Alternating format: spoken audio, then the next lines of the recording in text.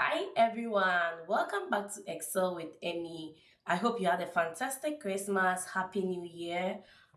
In this video, we are going to look at this calendar and see what we are supposed to do at every stage. With this calendar, once we hit March, my videos are going to focus on what you should do in March. Once we hit April, my videos are going to focus on what you should do in April. And so if you are new here, please subscribe to this channel, turn on notification for this channel, share my link, comment, like, and then you can reach out to me if you need any assistance. Welcome to the channel where education meets adventure and passions are transformed into lifelong lessons. Excel with Emmy.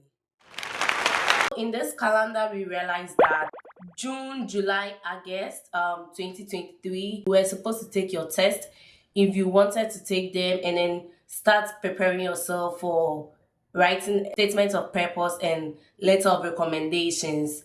In September, you wrote the exams and then your test scores are out during September, October.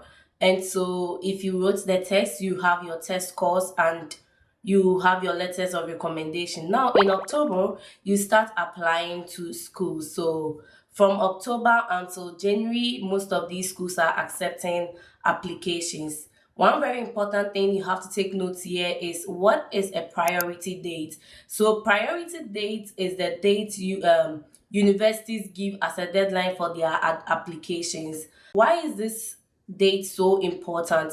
Let's look at 3 reasons why the priority date is very important in your application process. So when you apply to a school within the priority date, it increases your chances of getting admission. Now the admission board considers people who submit applications right within this deadline prior or before they start looking at applications that came after this deadline. So to increase your chances of getting admission, you want to stay within the priority date given by these schools. This means that your application will be among the first to be considered, giving you a competitive edge over the other candidates.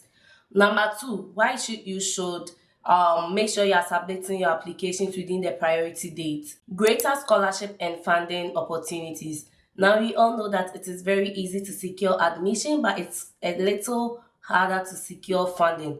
Many fellowships and institutions provide funding on rolling basis, which means that as and when the application is received, they give funding. So applying within the priority dates helps you to get funding alongside your admission. So you realize that sometimes you get admission and then they tell you to look for other funding.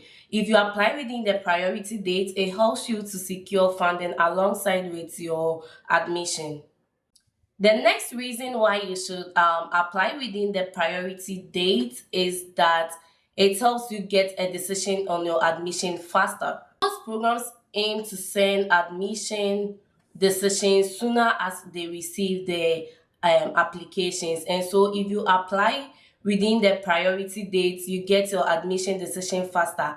And this is very important because it helps you to plan the next steps if you are accepting, if you are going to explore other offers, if you are going to look for funding, or you are accepting the parent offer. So it helps you to make all these decisions on time. So now that we have seen why you should apply within the priority days, let's look at the other steps after you have applied to the school within the priority dates. Now you wait and relax for admission decisions to come. And then while you wait, what do? I put down some steps that you want to look at these steps before the admission decisions are out. 1, you want to stay informed. You want to stay informed by keep an eye on your emails every now and then. So last season I had a friend who got a funding email, but then she missed out on the email because there was a lot that was going on around her. And so if you have applied to a school, you want to keep your eye on your emails because every now and then you may receive some important emails that you have to attend to. Number 2, you want to visit the admission portal regularly. by visiting the admissions portal regularly, you are able to check on the decision on your admissions, whether there has been an action on it. Number two, you want to research into funding opportunities. In as much as most of us want to get admission as well as funding in that regard, or like we want to get funding as soon as admission comes, it's not always the case. So if you have applied to certain schools, you want to start looking at funding both internally and externally, how you are going to fund your school in case you don't get funding when the admissions are out. So this will help you be ahead of time, so when you get admission without funding, you know what to do. I will link a video in the description on if you get admission without funding, so you look at the options before admission decisions are made. The third thing I want to talk about is professional development. So while you are waiting on this admission decision, you want to also develop yourself professionally. Example, take online classes. So why am I saying that you have to take online classes? If you get admission without funding, you have to go for interviews if you are looking for external funding. And so you want to be prepared for it. Oh, I've taken this data analytics course on Coursera. I've taken this data analytics course with Google. It puts you on the competitive edge while you secure your assistantships and your funding opportunities. Also, revamping your LinkedIn. Once you apply to a school, once they have your resume, once they are considering you for funding, one avenue that they can get to know you better is their LinkedIn profile. And so if you don't have an active LinkedIn profile, you want to make sure that your profile picture is right, your cover page, the about section, everything is on point, so that once they look at your profile, they know that at least this person is serious, that we could consider for funding and admission. Also, networking.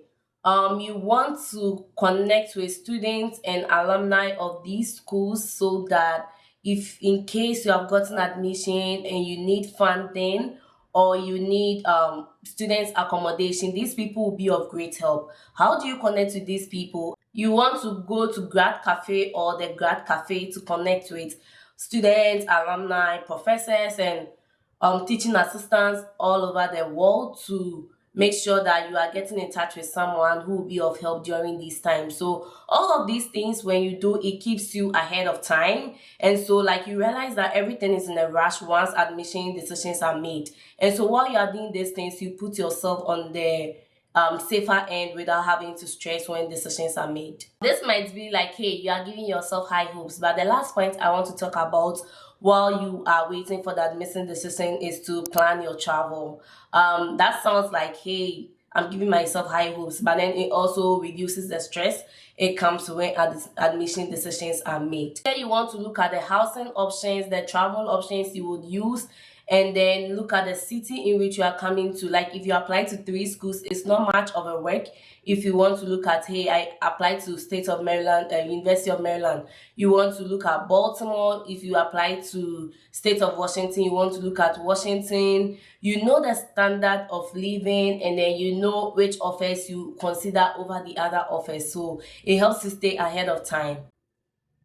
Now let's move to the calendar again. Once admission decisions have been made in April, May is a big thing. You want to submit your financial documents if they are requested by the schools that give you admission, and then you secure your I-20. This also, you have to really monitor your email, because if you miss it, your visa appointment, we all know how hard it is for you to secure a date for the visa. Once you get your I-20, you apply for your visa. In June, you prep for your visa interview, and then you go for your visa. That's a big thing we are going to consider in other videos, subsequent videos. And so I'm going to walk you through, like, once these admission decisions are out, the videos are going to be about that. In July, you want to spend time with your family, because now you have secured your visa, you have looked into the housing options, and then in August, you are ready to leave for the United States of America or Canada, UK, wherever you got admission to. Thank you so much for watching this video to the end. I'll catch you in my next video. Bye.